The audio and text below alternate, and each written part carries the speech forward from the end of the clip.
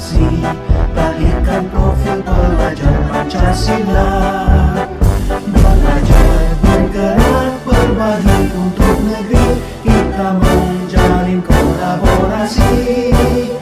Belajar, bergerak, berbagi untuk negeri, demi bakti pada Ibu Pertiwi.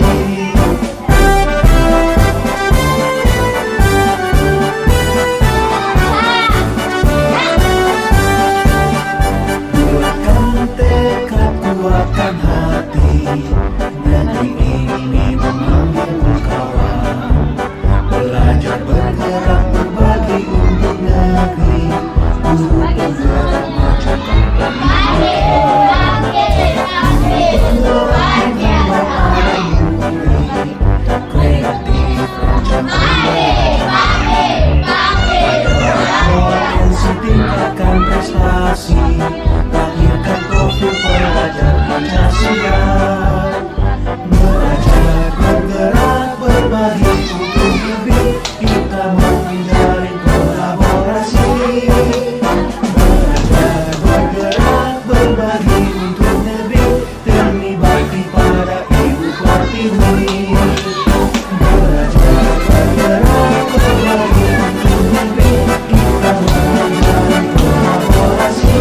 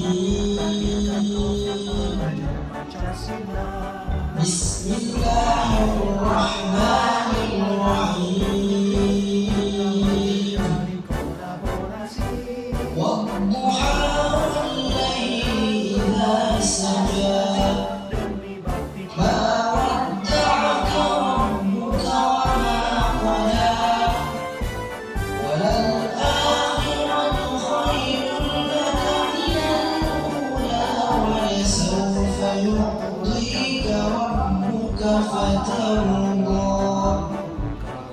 ألم يجدك يتيما فآوى ووجدك ضالا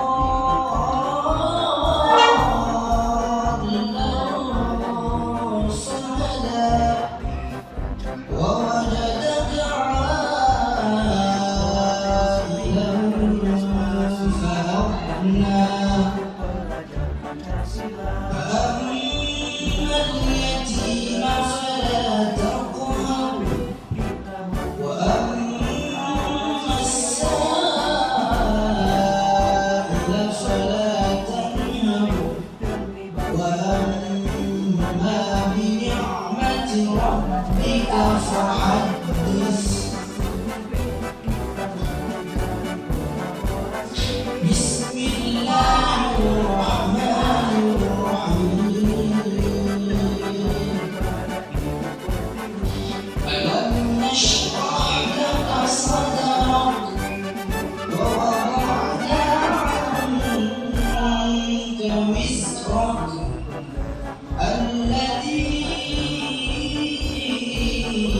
أنقض ظهرك ورفعنا لك ذكرك فإن مع العسر يسرا إن مع العسر يسرا فإذا فرغت فانصب وإلى ربك فارغب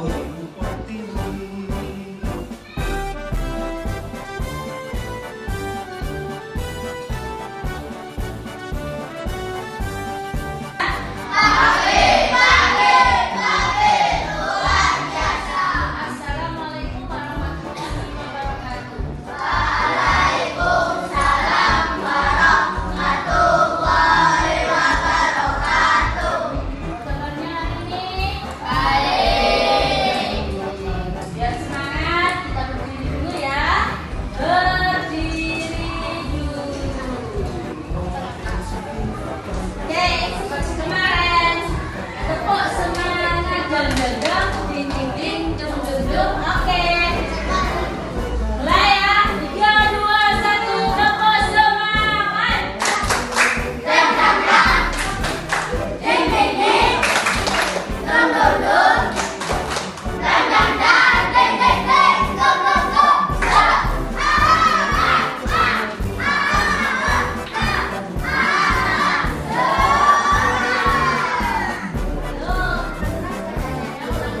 Tepuk semangat.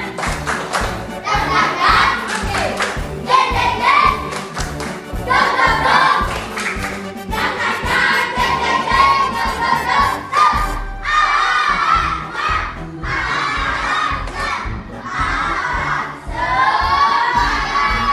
Oke, terima kasih. Silakan duduk. Kumpulkan di tengah ini, kalian tahu apa? Tahu tidak? Apa yang ibu akan lakukan? Kita akan membahas apa? Tahu apa tidak? Tahu. Kira-kira apa yang akan dibahas kita kali ini? Iya, kita akan membahas kesepakatan kelas yang ada di kelas 5. Nah, sebelum kira-kira kesepakatan kelas apa yang akan kalian buat dari pendapat kalian? Ya, kalian boleh berpendapat bebas. Kalian, Bu, aku mau tidak makan dan minum di kelas. Boleh, Bu? Boleh. Tidak, karena saya sering diganggu teman saya, Bu. Saya milih saling menghargai dan menghormati sesama teman. Boleh, Bu? Boleh. Nah, Ibu akan membagikan apa namanya ya? Nanti ditulis, hati-hati.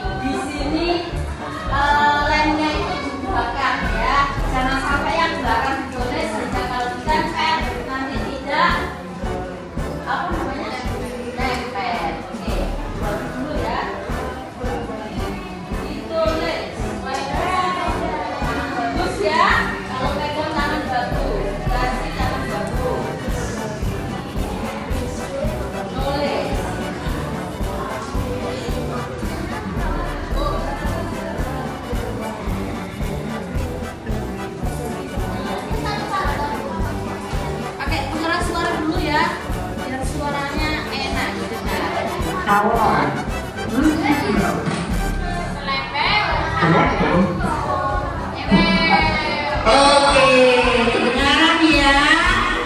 Kalau sudah menulisnya, silakan ditempel di sebelah sini. Kesepakatan kelas. Sudah nulisnya? Sudah? Kalau sudah silakan berdiri. Ditempel.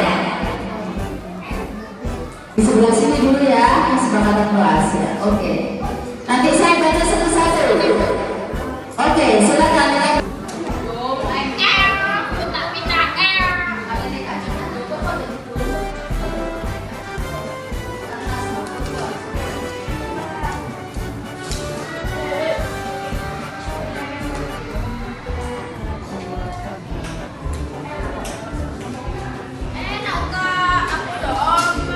Sudah? Masih ada yang belum? Suara kelas 5 ini ya. Kelas 5 mencoba untuk berpendapat.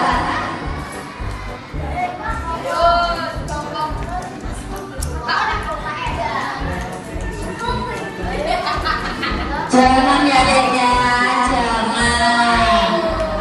Oke, Bu Rosa akan membacakan satu persatu. Jadilah ketika adalah saat apa ini? Jam kosong. Datang tepat waktu, menjaga kebersihan dan memeriksa tempat dan tempatnya. Maka saya jadikan satu, datang tepat waktu. Oke. Tidak bertengkar sama dengan membeli ya.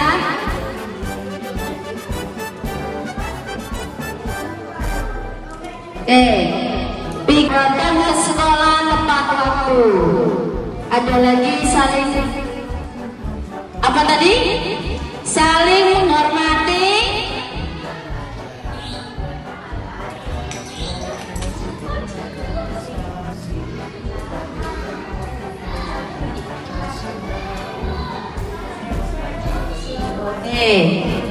Saling menghormati dan menghargai di luar kelas. Halo, apa yang ketiga? Apa yang ketiga?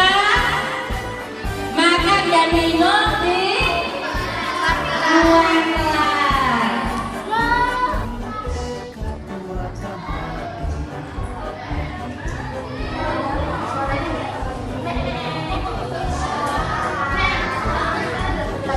Yang kelima,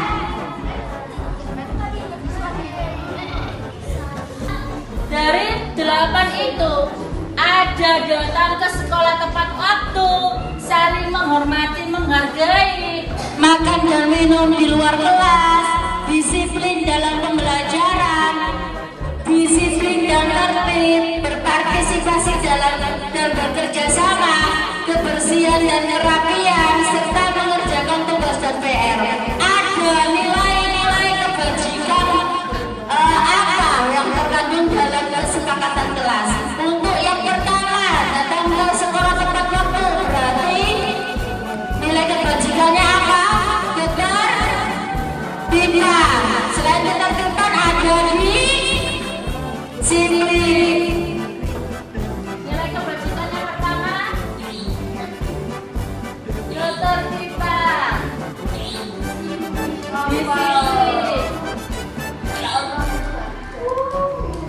Terus tanggung jawab,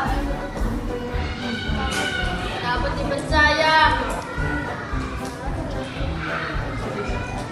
sopan santun.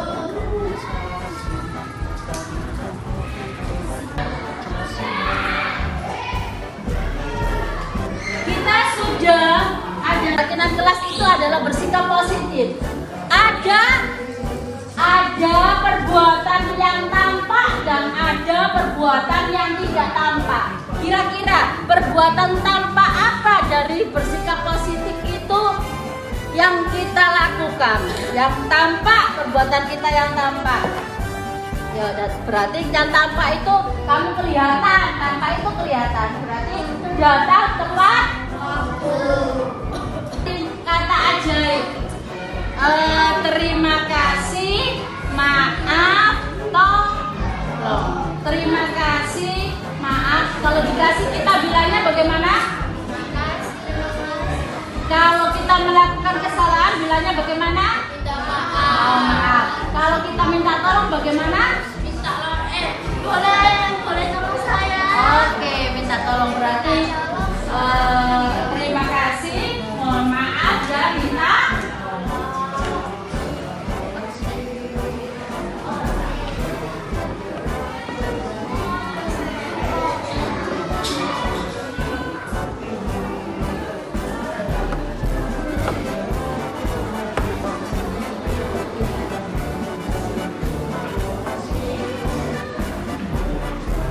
Berkata sopan dan santun, yang tidak tampak berarti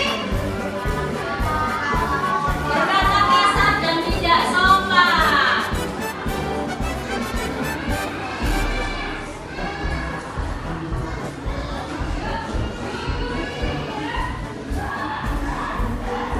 Oke, sekarang kita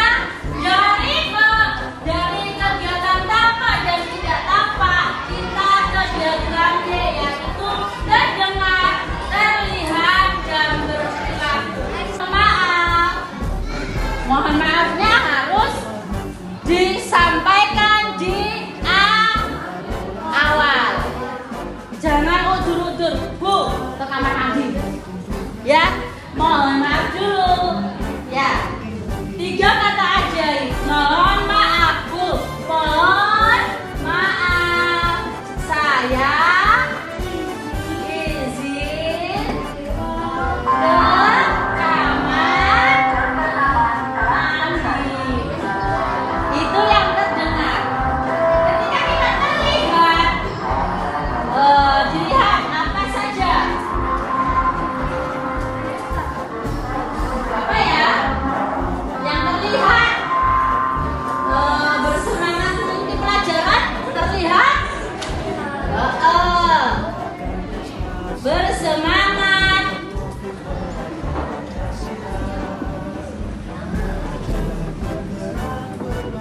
Pelajaran. Sekarang berperilaku. Perilaku yang baik bagaimana? Ketika kita maaf, mohon maafnya harus disampaikan di awal. Jangan udur-udur, Bu, ke kamar mandi. Ya, mohon maaf dulu. Ya, 3 kata ajaib. Mohon maaf, Bu. Mohon maaf. Saya izin ke kamar mandi. Itu yang terdengar. Ketika kita terlihat, dilihat apa saja. Apa ya? Yang terlihat bersemangat mengikuti pelajaran, terlihat bersemangat.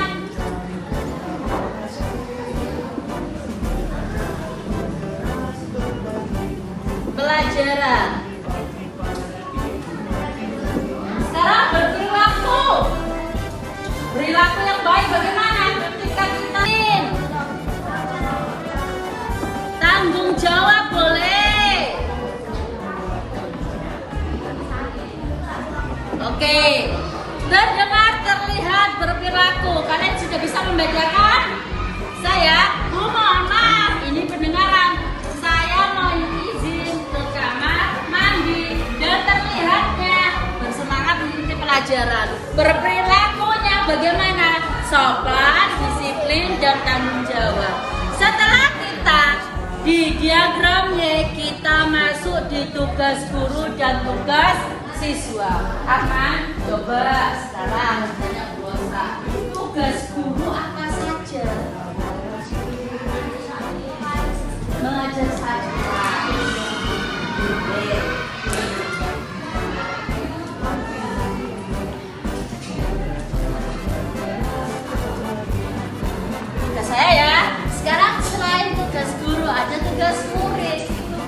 Tugasmu apa ya ke sana? Jaga tugas dari guru.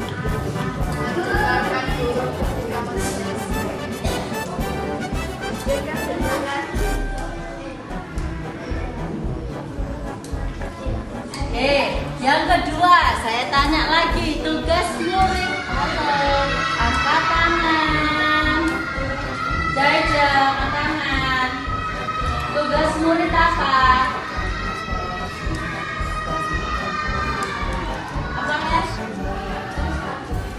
Belajar saat di kelas.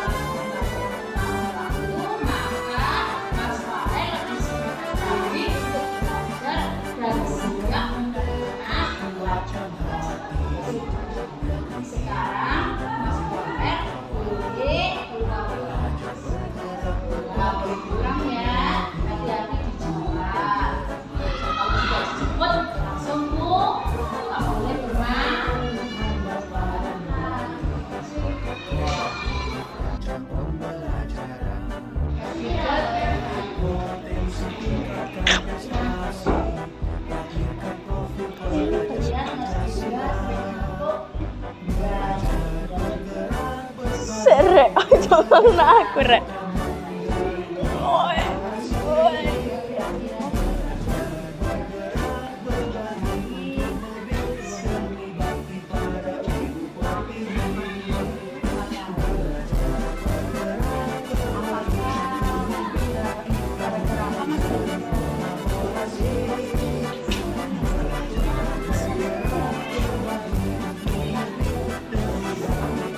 Tidurnya terlalu malam. Sebenarnya tidur malam itu boleh ketika Mas Dirga sudah dewasa atau Mas Dirga besoknya libur. Tapi Mas Dirga ini kan masih sekolah. Jadi kira-kira boleh apa tidak? Apa yang harus dilakukan Mas Dirga agar tidurnya tidak tidur lebih cepat? Gara-gara tidur malam itu kalau tidak sampai final boleh tahu ada apa ya kok tidur malam?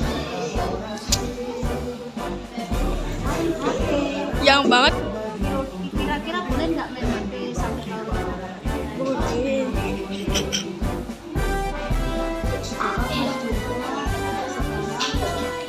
Tangannya sakit aja.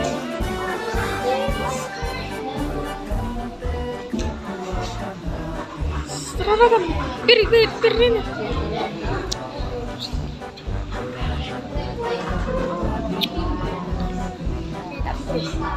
Untuk kedepannya Iya. Mas Dirga ini kira-kira sikap apa yang harus Mas Dirga lakukan agar tidak ketiduran lagi? Tidur lebih awal.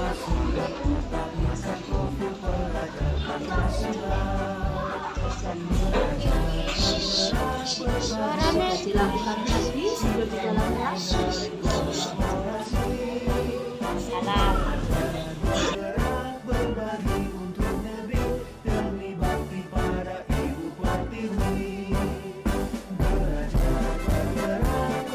Assalamualaikum warahmatullahi wabarakatuh. Kepada yang terhormat Ibu Kepala UPT SD Negeri 237 Gresik, kepada yang terhormat Bapak Ibu Guru Dewan Guru UPT SD Negeri 237 Gresik, puji syukur alhamdulillah kita panjatkan kehadirat Allah Subhanahu wa taala. Karena pada siang hari ini kita semua bisa hadir di sini dalam keadaan sehat walafiat. Salawat dan salam semoga tetap tercurahkan kepada junjungan Nabi kita, yaitu Nabi Muhammad Sallallahu Alaihi Wasallam, yang telah memberikan petunjuk jalan kebenaran dari zaman kegelapan menuju zaman yang terang benderang. Bapak Ibu, di siang hari ini sebelum acara kita mulai, saya mohon izin untuk membacakan susunan acara pada siang hari ini, yaitu pembukaan, sambutan, pemaparan program, musyawarah dan tanya jawab, kesimpulan dan penutup.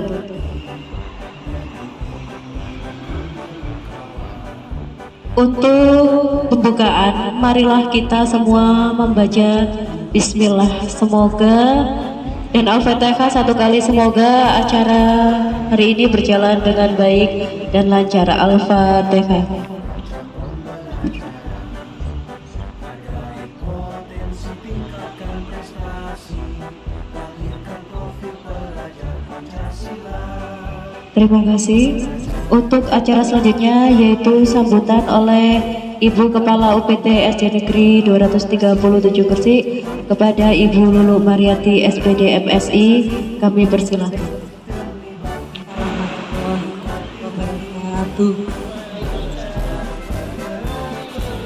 Bismillahirrahmanirrahim. Bapak Ibu yang saya hormati, terima kasih atas waktu yang diberikan. Pada kesempatan ini sebagai Kepala UPT SDN 237 Gresik, sedikit yang ingin saya sampaikan bahwa tujuan dari pemaparan ini untuk keberhasilan sekolah, untuk keberhasilan anak-anak, di mana semua program diantaranya seperti yang disampaikan Bu Rosa ini, budaya positif ini skopnya tidak hanya di kelas. Budaya positif bisa terjadi per kelas, bisa terjadi di sekolah. Nah, budaya positif ini bisa berhasil kalau satu visi. Contohnya begini, di kelas 5 ada kesepakatan kelas, sedangkan yang berperan di kelas 5 itu tidak hanya guru kelas, ada guru PAI, ada guru PJOK. Setelah anak-anak keluar dari kelas, mereka di lingkungan sekolah. Nah, jadi kesimpulannya semua guru harus tahu, harus paham, harus melaksanakan visi yang disampaikan oleh Bu Rosa ini. Kalau pembiasaan sekolah, ini masuk di pembiasaan sekolah, menjadi budaya sekolah, mengerucut lagi budaya positif. Di situ ada kesepakatan, keyakinan, kelas. Nah, kalau tidak satu visi tidak akan berhasil, itu pasti. Contohnya begini, guru kelas mencanangkan keyakinan di kelas, setiap masuk harus, contoh ya, contoh, setiap masuk harus salam.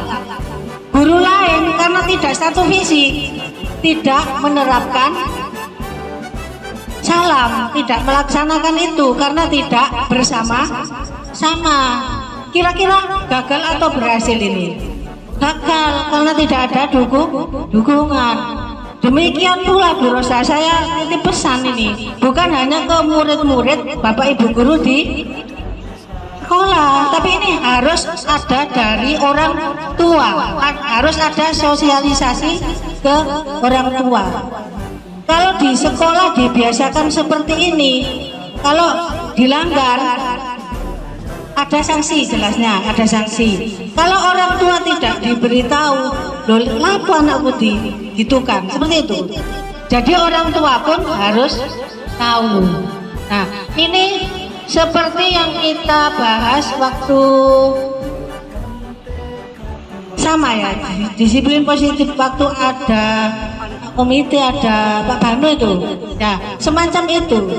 Nah itu skopnya lebih luas lagi, itu tingkat sekolah. Nah, saya harap ini juga tidak hanya satu kelas menurut saya, karena ini program yang tujuannya adalah menyangkut pencapaian visi sekolah. Ya.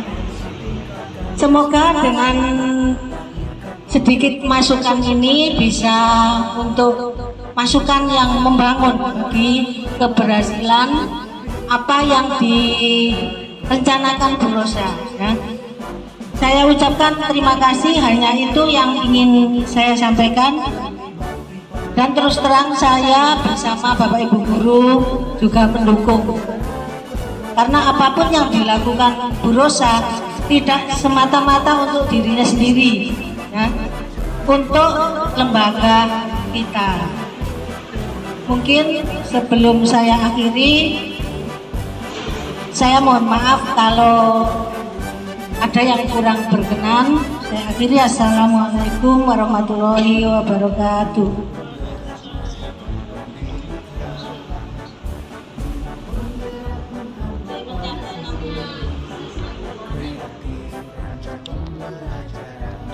Terima kasih kami sampaikan kepada Ibu PT SD Negeri 237 Gresik, yaitu Ibu Lulu Mariati SPD MSI.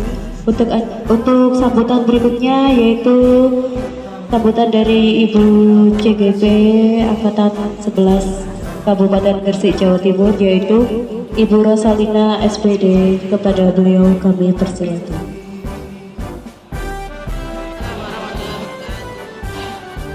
Alhamdulillah, siang ini kita diberi kesempatan untuk berkumpul bersama dalam pemaparan, penyebaran pemahaman dan penerapan pengalaman budaya positif yang ada di UPT SDN 237 Gresik. Perkenalkan, nama saya Rosalina SPD, saya CGP Angkatan 11 Kabupaten Gresik, Jawa Timur. Kali ini Bapak Ibu, saya di sini mengemban tugas untuk menyampaikan materi tentang budaya positif yang saya peroleh dari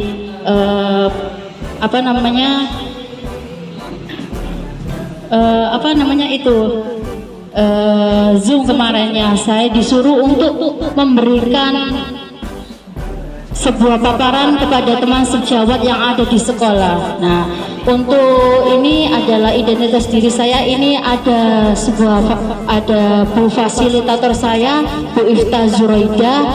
Ini fasilitator saya berasal dari Sidoarjo, sedangkan saya dari Gresik, dan Ibu Iswayuni ini pengajar praktek saya dari Menjeng. Untuk slide selanjutnya, di sini budaya positif itu didasari tentang apa? Dari latar belakangnya, budaya positif itu merupakan perwujudan dari nilai-nilai atau keyakinan universal yang diterapkan di sekolah. Budaya positif diawali dengan perubahan paradigma tentang teori kontrol. Selama ini barangkali kita sebagai guru merasa kecewa jika mengontrol perilaku siswa ini memiliki perilaku sesuai yang guru tidak mempunyai perilaku yang tidak sesuai dengan yang guru harapkan, seperti itu. Tujuan dari pemaparan ini adalah pembelajaran yang dirancang berdasarkan prinsip pembelajaran berdiferensiasi, sehingga para peserta didik belajar sesuai dengan kebutuhannya berdasarkan tahapan perkembangan sesuai teori psikologi modern untuk mewujudkan profil pelajar Pancasila. Tolak ukur ini, murid mampu membuat keyakinan kelas untuk dipasang di dinding kelas dan ditaati. Peserta didik dapat mengaplikasikan nilai-nilai profil pelajar Pancasila secara sadar dan berkesinambungan dalam proses belajar. Murid terlibat aktif dalam kegiatan sekolah dengan secara sadar mengamalkan nilai-nilai profil pelajar Pancasila sebagai tercipta pembelajaran yang menyenangkan dan berpihak pada murid. Ketiga, nilai-nilai kebajikan, dan yang keempat, kebutuhan dasar manusia. 5, motivasi perilaku manusia. 6, posisi kontrol guru. Yang ketujuh, keyakinan kelas, dan yang terakhir, segitiga restitusi. Di sini kita akan bahas semua dari berapa tadi. Untuk yang pertama, pembelajaran dengan paradigma baru. Pada pembelajaran paradigma baru ini dirancang berdasarkan prinsip pembelajaran berdiferensiasi, sehingga siswa belajar sesuai dengan kebutuhannya berdasarkan tahapan perkembangan sesuai dengan teori psikologi modern untuk mewujudkan profil pelajar Pancasila. Di sini masih ingat Bapak Ibu, profil pelajar Pancasila itu ada apa saja?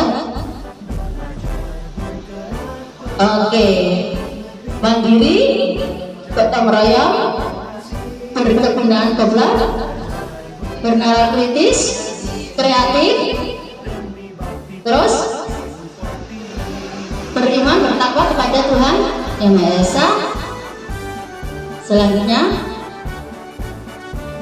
dari semuanya itu mengacu pada profil kerajaan Pancasila. Di sini saya akan menjelaskan miskonsepsi tentang teori kontrol. Ilusinya ini ya Bu ya, ilusi guru mengontrol murid. Ilusi lagi, guru ilusi bahwa kritik dan membuat rasa bersalah mampu menguatkan karakter. Yang ketiga, bahwa semua penguatan positif efektif dan bermanfaat. Yang keempat, ilusi bahwa orang dewasa ini berhak memaksa. Di sini ini sebuah ilusi ya, yang biasanya kita lakukan setiap harinya. Dipaksa anak itu dipaksa dulu.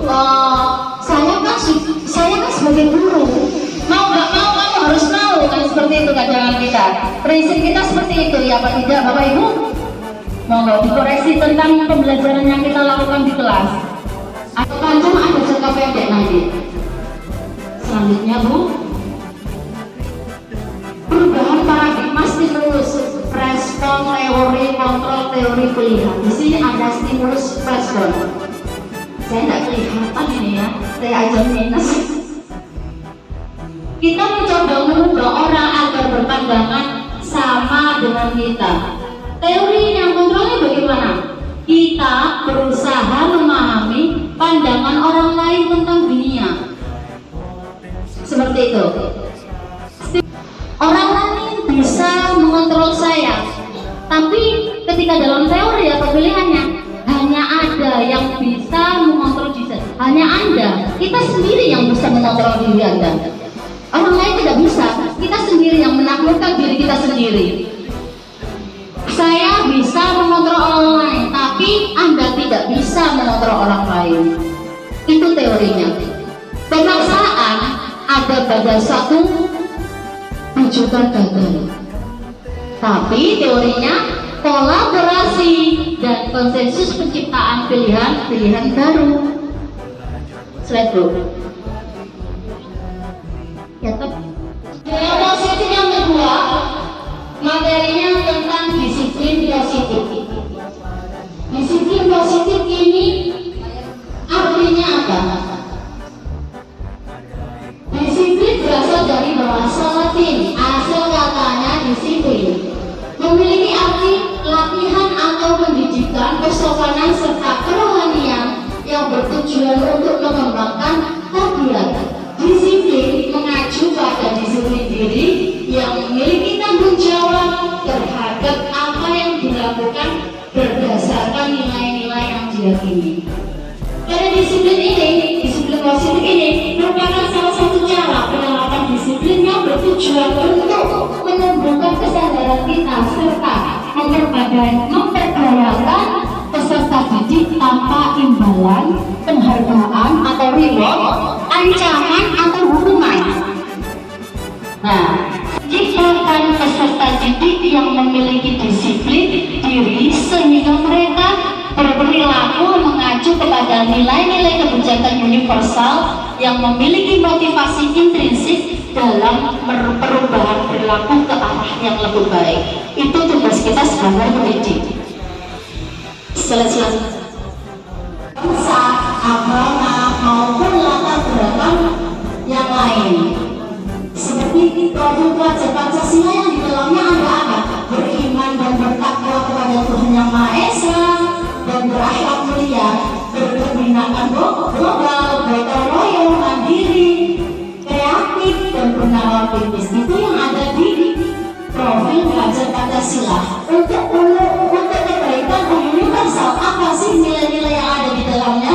Di situ ada keadilan, keselamatan, tanggung jawab, kejujuran, rasa syukur, berprinsip, berintegritas, rasa kasih sayang, rajin, berkomitmen, percaya diri, kesabaran, dan keamanan.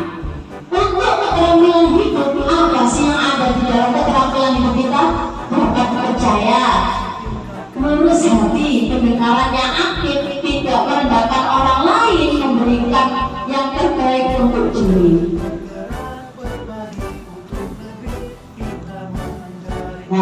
menginjak yang materi yang keempat yaitu kebutuhan dasar. Nanti di sesi acara saya akan memberikan contoh-contoh sebagian contoh yang sudah saya lakukan di kelas ya. Di sini ada kebutuhan dasar. Kebutuhan dasar manusia itu adalah segala sesuatu yang kita lakukan untuk mendapatkan apa yang kita inginkan. Seluruh tindakan yang kita lakukan memiliki tujuan tertentu, dan semua usaha terbaik yang kita lakukan dalam rangka agar kebutuhan kita terpenuhi dengan baik. Ini kebutuhan anak-anak kita ada 5. Yang pertama, kebutuhan untuk bertahan hidup. Yang kedua, cinta dan kasih sayang. Yang ketiga, kebebasan. Yang keempat, kesenangan. Yang kelima, kekuasaan. Ini saya paparkan satu-satu ya. Untuk kebutuhan bertahan hidup. Kebutuhan bertahan hidup adalah kebutuhan yang bersifat psikologis untuk bertahan hidup. Misalnya kesehatan, rumah, makanan. Kebutuhan biologis sebagai bagian dari proses reproduksi termasuk kebutuhan untuk tetap bertahan hidup. Komponen psikologis pada kebutuhan ini meliputi kebutuhan akan perasaan aman. Untuk yang kedua, kasih sayang dan rasa terima kasih, kebutuhan untuk diterima. Ini biasanya anak-anak yang kurang kasih sayang di rumah, akhirnya apa? Mencuri perhatian guru, adalah jadi keras. Entah itu mengganggu temannya, akhirnya apa? Bu, saya itu kamu gak pengen seperti ini. Itu rasa kebutuhan kasih sayang anak. Kebutuhan ini ada 3. Kebutuhan adalah kebutuhan psikologis, kebutuhan untuk disayangi dan diterima, meliputi kebutuhannya hubungan dan kondisi sosial. Kebutuhan untuk memberi dan menerima kasih sayang dan kebutuhan yang merasa menjadi bagian dari suatu kelompok.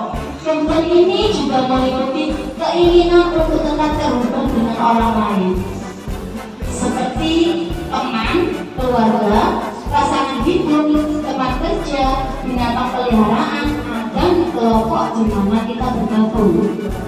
Anak-anak yang memiliki kebutuhan dasar kasih sayang dan rasa diterima yang tinggi biasanya ingin disukai dan diterima oleh lingkungannya.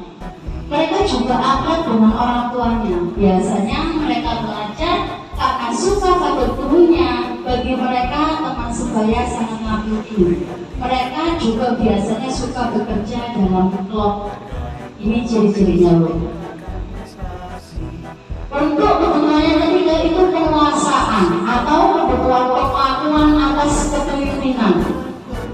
Di sini kebutuhan ini berhubungan dengan kekuatan yang mencapai sesuatu, menjaga kompeten, menjadi keterampil, diakui atas prestasi dan keterampilan kita, didengarkan dan memiliki rasa harga diri.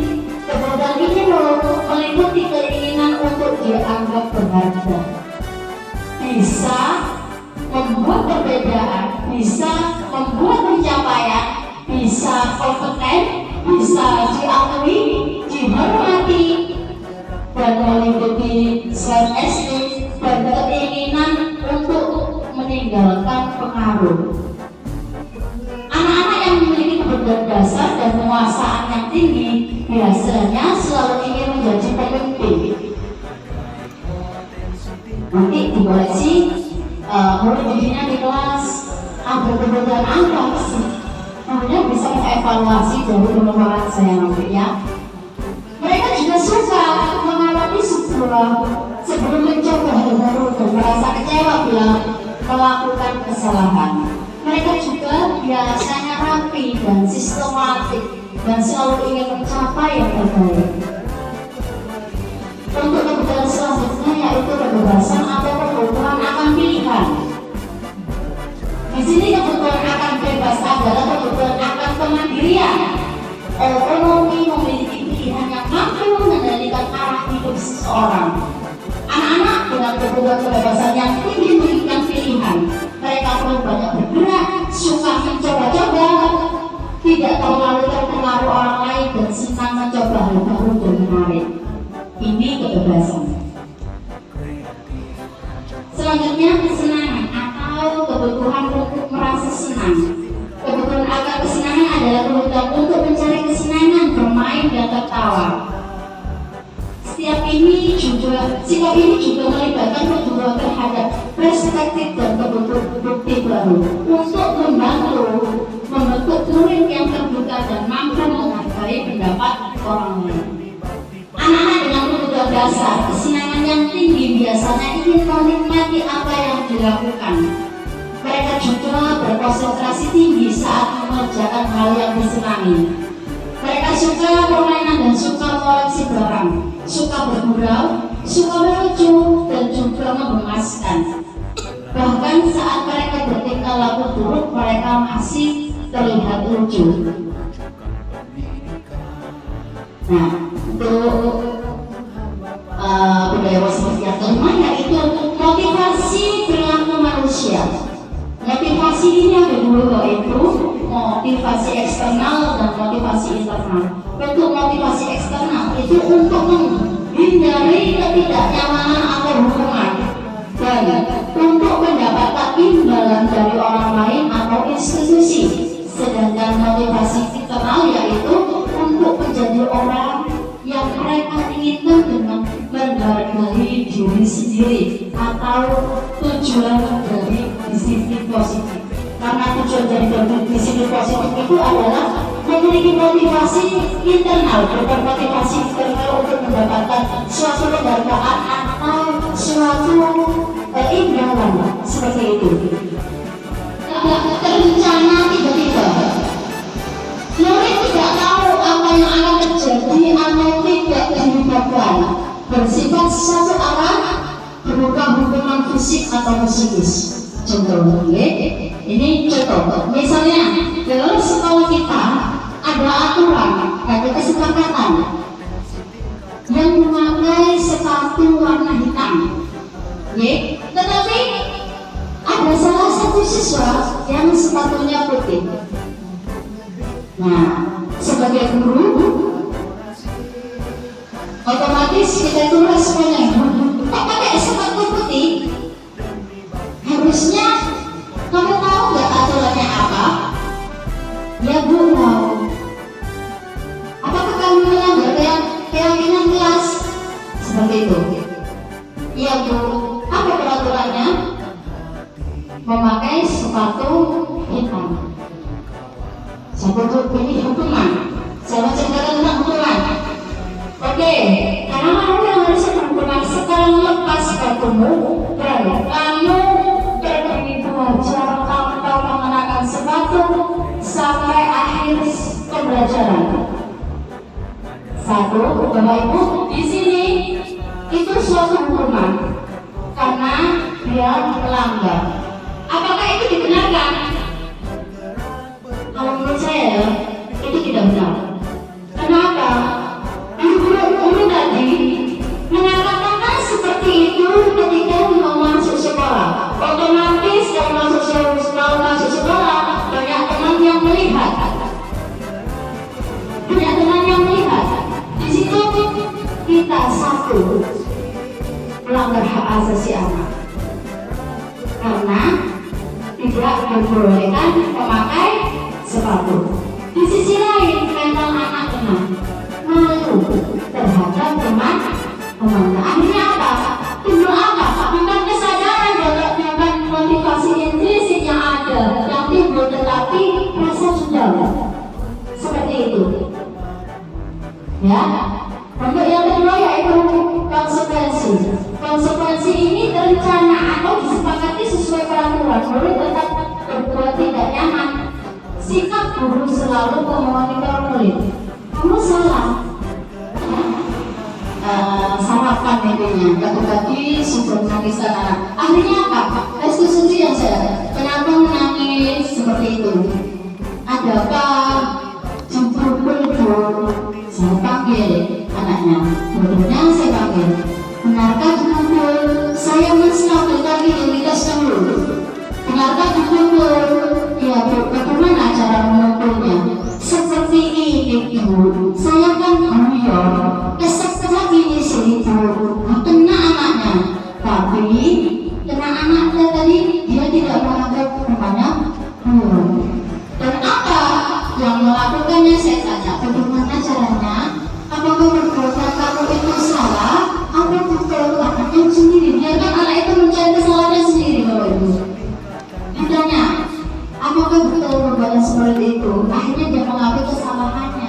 dan dia bersedia untuk meminta maaf dan tidak mengulanginya lagi. Seperti itu. Selanjutnya,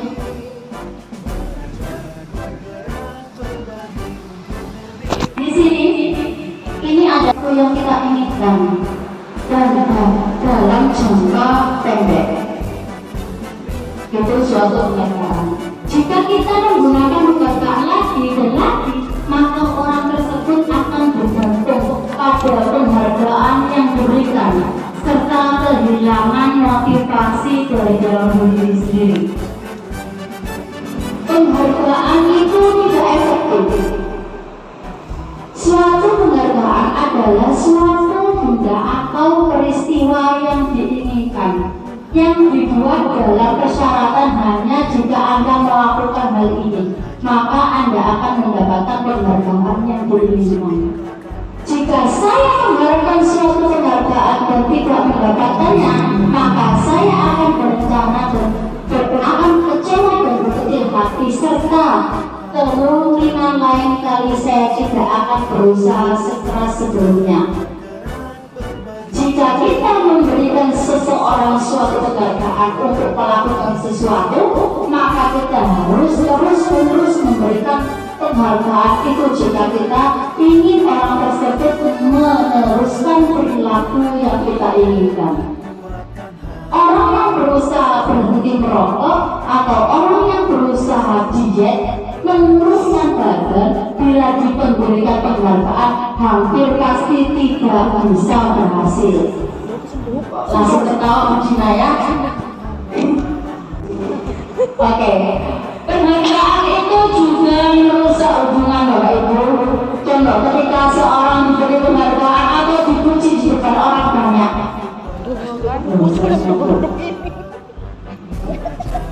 yang lain akan merasa iri dan sebagian dari mereka tidak menyukai orang yang diberikan penghargaan tersebut. Ini salah satu contohnya. Jika seorang guru memberikan penghargaan kepada murid-muridnya, besar kemungkinan murid-muridnya termotivasi hanya untuk menyenangkan gurunya. Mereka tidak akan bersikap jujur kepada guru tersebut. Jika penghargaan itu menciptakan persaingan di dalam kelas dan persaingan menciptakan kecemasan. Jika mereka yang percaya bahwa mereka tidak memiliki kesempatan untuk mendapatkan penghargaan akan berhenti mencoba. Selanjutnya, penghargaan mengurangi ketepatan. Riset pertama, dalam sebuah percobaan, sekelompok anak laki-laki berusia 9 tahun diminta untuk melihat gambar-gambar wajah yang ditampilkan di layar, dan mereka harus memberitahukan jika wajah-wajah tersebut sama atau berbeda. Gambar-gambar tersebut hampir sama. Beberapa dari mereka diberi penghargaan dalam bentuk uang. Pada saat mereka memberikan jawaban benar, sementara sebagian yang lain tidak. Alhasil apa yang dilakukan? Anak-anak yang dibayar membuat lebih banyak kesalahan. Ini gara-gara dibayar penghargaan uang. Dia tidak akan jujur. Selanjutnya, penghargaan itu menurunkan kualitas. Pengamatan dilakukan pada sekelompok mahasiswa atau mahasiswa yang sedang kerja praktik di sebuah surat kabar universitas. Saat itu mereka sedang belajar menuliskan sebuah artikel tentang sebuah judul berita utama. Seiring waktu, mahasiswa atau mahasiswa tersebut semakin mampu bekerja dengan cepat. Kemudian ada beberapa mahasiswa atau mahasiswa yang dibayar untuk setiap judul berita utama yang mereka mampu hasilkan. Dan setelah beberapa lama mahasiswa atau mahasiswa itu yang dibayar, ini hasil kinerjanya berhenti berkembang. Mereka tidak akan menerima bayaran, terus berupaya mengasah diri menjadi lebih baik. Karena apa? Pekerjaan itu dia hanya berpacu pada uang. tidak seikhlas hatinya, dia tidak belajar mencoba dirinya menimba ilmu lebih tinggi lagi, tidak, tapi didasarkan oleh uang. Penghargaan itu mematikan kreativitas. Yang mematikan dunia berpikir mengenai hadiah atau penghargaan yang bisa mereka dapatkan bila berhasil menulis sebuah puisi. Kreativitas kelompok murid ini menjadi berkurang dibandingkan dengan anak-anak diberitahukan tentang hadiah yang mereka terima. Penelitian menunjukkan bahwa pekerjaan seni atau sebuah tulisan cerita menjadi kurang kreatif bila dijadikan sebuah hadiah atau penghargaan. Dalam tugas memecahkan masalah, para murid memakan waktu yang lebih lama dan memberikan jalan keluar yang kurang kreatif saat mereka dijadikan suatu penghargaan. Next. Penghargaan itu juga menghukum Bapak Ibu. Di sini ada penghargaan menghukum mereka tidak mendapatkan penghargaan. Misalnya dalam sistem ranking, mereka yang mendapatkan ranking kedua akan merasa paling beruntung. Aku kalau si jitua saya aku mau dukung dirinya sendiri akhirnya. Mereka memberikan penghargaan dan hukuman adalah hal yang sama karena keduanya mencoba mengendalikan perilaku seseorang. Karena pada dasarnya tidak suka dikendalikan, dalam jangka waktu lama penghargaan akan terlihat sebagai hukuman. Jika suatu penghargaan diharapkan namun Anda tidak mendapatkannya, Anda akan merasa terhukum.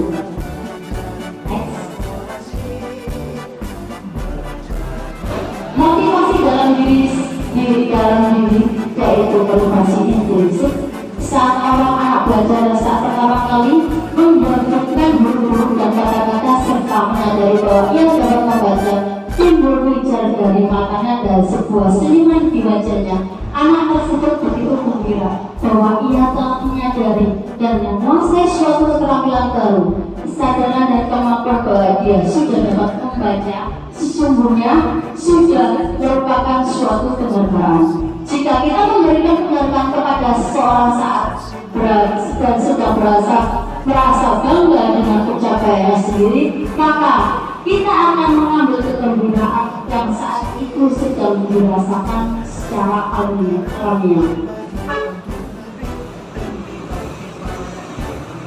Oke, di sini ada tindakan hukum. Bapak Ibu coba renungkan di sini ada hukuman atau konsekuensi. Jangan menjawab itu hukuman atau konsekuensi. Mencatat 100 kali dalam 20 kalimat. Saya tidak akan terlambat lagi karena terlambat ke sekolah. Coba ditulis jawabannya, setiap peserta silakan dijawab. Itu hukuman atau konsekuensi, nanti kita cocokkan dengan jawaban yang ada. Kira-kira itu suatu hukuman atau konsekuensi. Mengajak sekali karena tidak menggunakan masker sekolah. Membersihkan tumpahan air di meja. Tulis karena tersenggol pada saat belajar. Hukuman atau konsekuensi. Saya tidak akan terlambat lagi karena terlambat sekolah. Itu merupakan hukuman. Mengajak siswa yang sering datang terlambat berdiskusi mencari solusi. Itu restitusi. Murid kita push up. Ini restitusi ini mencari solusi menstabilkan ya. Kita tidak menghukumnya, tapi anak harus tahu apa kesalahannya, apa akibatnya, dan mereka harus bagaimana. Itu restitusinya. Nanti kita bahas di belakang. Murid diminta oleh push up 15 kali karena tidak menggunakan masker di sekolah. Itu hukuman. Menggantikan kertas tugas teman yang telah dicoret-coret. Konsekuensi. Bukan hukuman, dia karena mengganti. Membersihkan tumpahan air di meja tulis karena tersenggol pada saat belajar. Konsekuensi karena melupakan. Murid disuruh tidak menggunakan sepatu seharian di sekolah. Ini yang tadi saya ucapkan, ini hukuman. Kalau ini lari mengiringi lapangan basket 2 kali karena terlambat 10 menit untuk pelajaran VJOK.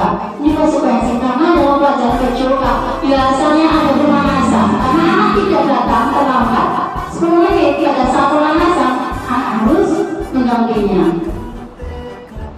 Seperti itu. Ini bukan hukuman. Fakta. Kalimatnya dicela dulu pada pelajaran pecoka. Pada pecoka ada lari, merasa. Nah, itu terlambat. Jadi anak itu harus melakukan pemanasan dulu dan lari seperti itu.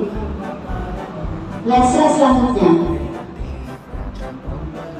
Bapak Ibu, ini identitas gagal dan identitas sukses.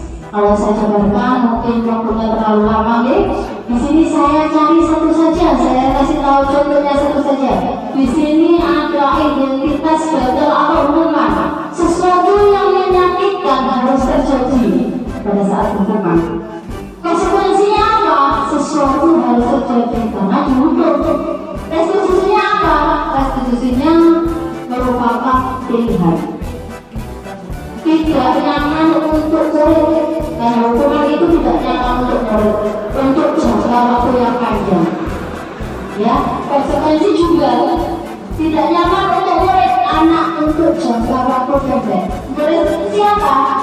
Menguatkan untuk murid anak dalam jangka waktu yang panjang. Mereka harus tahu apa kesalahan kuat dia. Kalau seperti ini, nilai kebajikan yang saya anggap adalah ini, berarti saya tidak boleh. Seperti itu, anak semakin mengerti sesuatunya. Nah, di sini Anda mau posisi kontrol dulu sebagai pemukul, teman, membuat merasa bersalah, manajer dan pemantau. Selanjutnya, ini ada contoh penerapan 5 posisi kontrol dulu. Kasusnya, siswa tidak memakai atribut lengkap saat upacara bendera. Ini sebuah kasus. Pada posisi tersebut pernah pada bendera selama 1 jam. Itu posisi guru sebagai pemimpin biasanya terjadi. Pada saat Anda merasa bersalah, berapa kali Bapak Ibu harus memberitahu kamu selalu saja mengecewakan Bapak Ibu. Ini kalimat kepada anaknya, membuat merasa bersalah. Kata-kata, berapa kali Bapak Ibu harus memberitahu kamu selalu saja mengecewakan Bapak Ibu. Bapak Ibu misalnya yang ngomong Bapak ya Bapak, yang ngomong Ibu ya Ibu ya. Untuk posisinya sebagai teman, ayo dong ikuti aturan sekolah. Tolong bantu ibu sekali ini aja, sudah tidak apa-apa. Lain kali jangan berbuat seperti ini. Posisi kita sebagai teman. Slide selanjutnya, kami cenai kata-katanya ibu ya. Pemantau, kamu sudah melanggar aturan sekolah. Kamu tahu konsekuensinya? Setelah upacara, kamu beri atributnya ya. Kita koperasi dan jangan diulang lagi. Ini bukan tahu. Anaknya harus lapor, harus ngapain anaknya selanjutnya itu ya. Kalau sebagai manajer, apakah kamu tahu kesalahanmu? Kira-kira bagaimana kamu memperbaiki kesalahanmu? Sebagai manajer, tapi posisi kontrol. Kira-kira mana yang sebaiknya Bapak Ibu lakukan ketika mendapatkan kasus? Bagaimana posisi kontrol? Monggo. Dari posisi teman, pemantau, merasa bersalah, manajer. Ada lagi tadi satu apa Bu Fitri? Hukum. Kira-kira yang paling ideal sebagai apa? Sebagai teman katanya Pak Ridi. Manajer. Boleh berpendapat, monggo silakan. Katanya Pak Ridi sebagai teman. Harun Nancy berpendapat sebagai manajer. Bu sebagai apa Bu? Nyata? Sedikit lagi. Yang paling Yang ideal paling ideal dalam pemenangan sebagai guru ada Pemantau, manajer, ada pemukul, ada merasa bersalah, ada sebagai teman, ada sebagai pemantau dan ada sebagai manajer. Kira-kira posisi yang paling ideal menurut guru sebagai guru, sebagai teman boleh berpendapat ya, tapi alangkah baiknya sebagai manajer. Ya, anak didik kita jadi tahu kesalahannya, cara memperbaikinya, bagaimana langkah selanjutnya. Ketika salah, apa yang harus dilakukan, kesalahan apa yang dilanggar, nilai kebajikan apa yang dilanggar, dan kesepakatan kelas apa yang dilanggar. Seperti itu. Monggo slide selanjutnya. Coba dijawab ya, ini permisi dulu. Posisi kontrol apakah? Saya kecewa sekali dengan kamu. Mungkin slides. Nah, ini membuat rasa-rasa. Selanjutnya, kamu tidak pernah benar melakukannya. Monggo. Ya, kamu menghukum karena kata-katanya ibu ya, sama kata-katanya dia. Ayolah lakukan demi bapak atau ibu sebagai teman. Monggo dilihat jawabannya, lihat ini yang sekali 100. Selanjutnya, bagaimana kamu bisa menyelesaikan masalah ini? Manajer. Monggo slide selanjutnya. Manajer bapak ibu, anak mengidentifikasi kesalahannya sendiri. Kamu selalu yang paling terakhir menurut jawaban salah. Apa? Oke. Bapak ibu, untuk selanjutnya yaitu kita ke keyakinan kelas. Nah, dokter saya malu saya. Mengapa tidak peraturan saja kok keyakinan kelas? Kembali ke keyakinan, nilai-nilai kebajikan dan keyakinan yang menggerakkan seseorang dibandingkan mengikuti serangkaian peraturan-peraturan. Oke, selanjutnya.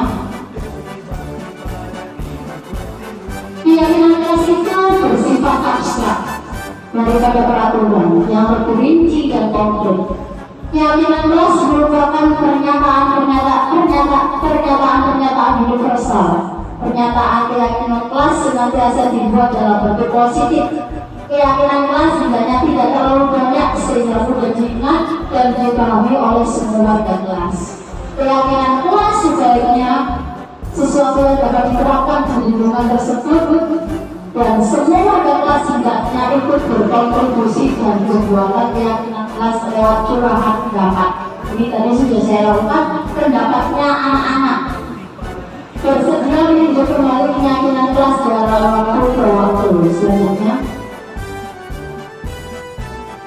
kegiatan-kegiatan pendalaman keyakinan kelas itu yang pertama berdiskusi mengenai peraturan kelas, berdiskusi merubah peraturan menjadi kalimat positif, berdiskusi menyari peraturan kelas menjadi nilai-nilai kebajikan, seperti level Y dan T, dan berdiskusi untuk tugas guru dan murid. Langsung ya Bu, nanti contohnya terakhir ya. Sekarang ke restitusi terakhir. Restitusi itu apa? Proses menciptakan kondisi bagi murid untuk memperbaiki kesalahan mereka sehingga mereka bisa kembali pada kelompok mereka dengan karakter yang lebih kuat. Restitusi juga merupakan proses kolaborasi dan mengajarkan murid untuk mencapai solusi untuk masalah mereka dan membantu murid berpikir tentang soal seperti yang mereka ingin menjadi tujuan mulia dan bagaimana mereka harus memperlakukan orang lain menurut proses yang ditentukan. Selanjutnya, di sini ada segitiga restitusi dalam penyelesaian masalah. Ada segitiga restitusi yaitu merupakan suatu proses dalam menjalankan guru atau orang tua agar menghasilkan murid yang mandiri bertanggung jawab demi menurut motivasi intrinsik yang ada pada dirinya. Yang pertama apa yang dilakukan yaitu pertama sebentar berpikir. Di sini saya menjelaskan tentang segitiga restitusi. Ada 3 loh ibu. Yang pertama yang Anda harus lakukan yaitu menstabilkan identitas dulu. yang tadi berusaha dengar rindukan. Ada apa? Memangnya ada apa yang terjadi? Seperti itu. Dan kalian kasih tindakan salah. Apakah perbuatan kamu itu benar atau salah? Anaknya yang mengakui sendiri nanti. Dan menanyakan keyakinan apa yang kalian lakukan? Seperti itu. Selanjutnya, 9 ciri restitusi yaitu belajar dari kesalahan bukan menerus kesalahan, memperbaiki hubungan, menawarkan bukan memaksa. Restitusi diri adalah cara terbaik menuntut untuk melihat ke dalam diri, mencari kebenaran dasar yang mendasari tindakan, berfokus pada karakter bukan tindakan, berfokus pada solusi dan mengembalikan murid yang berbuat salah pada kelompoknya sehingga murid itu diterima kembali ke kelompoknya, bukan dibenci atau dibully. Oke, kembali ke selanjutnya mungkin. Untuk menstabilkan identitas itu, yang pertama berdasarkan prinsip membuat kesalahan adalah bagian dari proses pembelajaran, berperan menggeser identitas murid dari identitas kontrol ke identitas sukses, dan menjaga mengkritik murid. Jangan mengkritik murid yang sedang mengalami identitas gagal. Kalimat pernyataannya bagaimana? Berbuat salah itu tidak apa-apa. Sebentar, itu ada terusannya. Ini salah satu contohnya. Tidak ada manusia yang sempurna di dunia ini. Memang semuanya itu selalu berbuat salah. Seperti itu. Saya juga pernah melakukan kesalahan seperti itu. Kita bisa menyelesaikan ini. Bapak Ibu tidak tertarik mencari siapa yang salah, tapi Bapak Ibu ingin mencari solusi dari permasalahan ini. Kamu berhak merasa begitu. Apakah kamu sudah menjadi teman yang baik untuk baik buat dirimu sendiri? Selanjutnya, yang kedua yaitu validasi tindakan. Validasi tindakan salah berdasarkan prinsip setiap perilaku berupaya memenuhi suatu kebutuhan tertentu. Guru akan bergeser dari pemikiran stimulus respon menjadi proaktif mengenai dan mengakui kebutuhan murid dapat memperbaiki hubungan dengan murid. Pertanyaan-pertanyaan disampaikan dengan nada suara tidak menghakimi atau memojokkan. Kalimat pernyataan bagaimana? Padahal kamu bisa melakukannya lebih baik, lebih buruk dari ini ya. Kamu pasti punya alasan mengapa hal itu terjadi. Kamu takut bangga pada dirimu seperti karena kamu memiliki sesuatu yang penting buat kamu. Kamu boleh mempertahankan sikap itu, tapi kamu harus menambahnya sikap yang baru. Selanjutnya, menanyakan keyakinan. Saya menanyakan bahwa pada dasarnya kita termotivasi secara intrinsik saat perilaku melakukan validasi dan diduga sukses setelah stabil, maka murid telah siap memiliki keyakinan dengan tindakan yang salah. Kalau pernyataan apa yang kita percaya sebagai atau keluarga, apa yang nilai umur yang kita telah sepakati, apa bayangan kita tentang kelas ideal, apakah kamu jadi orang yang seperti kamu mau jadi orang seperti apa? Selanjutnya, di sini ini salah satu praktek restitusi. Mungkin sebelumnya ini ada video kayak kamu. Coba, yang pertama ini ada kasus mencontek Bapak Ibu, dan yang ini adalah salah satu penerapan segitiga restitusi. Kalau ini saya teruskan memutar video jelas sebelumnya pakai, saya selesai aja di sini. Ini kasusnya mencontek, dan ini saya ambil ketika anak-anak istilahnya atau pulang. Kita berpikir. Dari sini kita sudah melakukan segala restitusi. Apa tanggapan dari mereka? Saya sertakan di sini.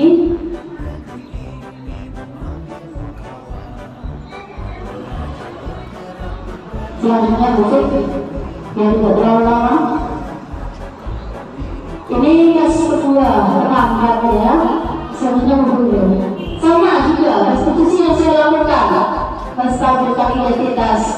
Ayo Bu, silahkan nyambut.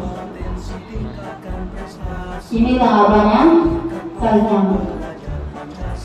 Silahkan nyambut. Ini kita sudah melakukannya setiap hari. Ini coba disuruh bersama dan baca surat pendek. Sudah kita lakukan bersama di sekolah kita setiap kita melakukan sholat duha bersama. Selanjutnya ini adalah contoh-contohnya.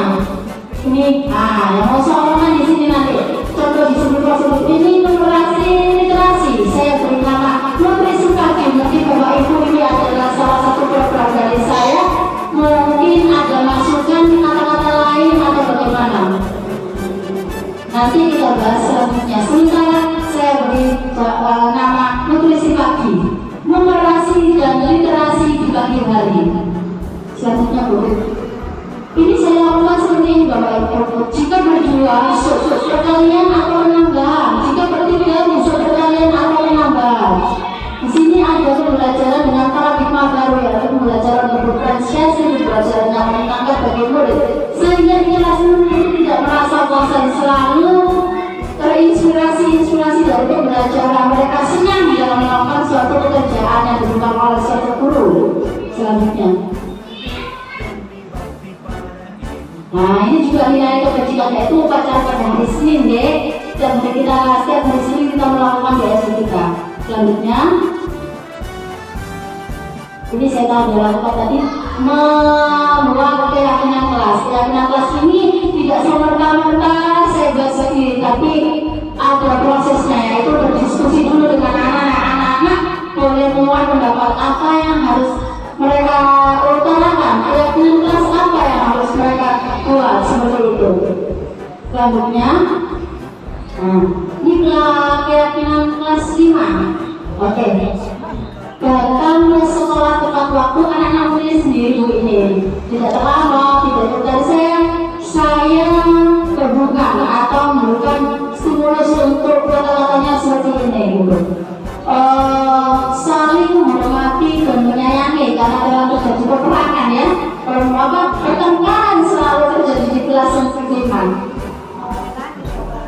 Bukan minum di luar kelas, disiplin dan dalam pembelajaran, disiplin dan tertib, berpartisipasi dan bekerjasama, kebersihan dan kerapian tentang tugas dan PR.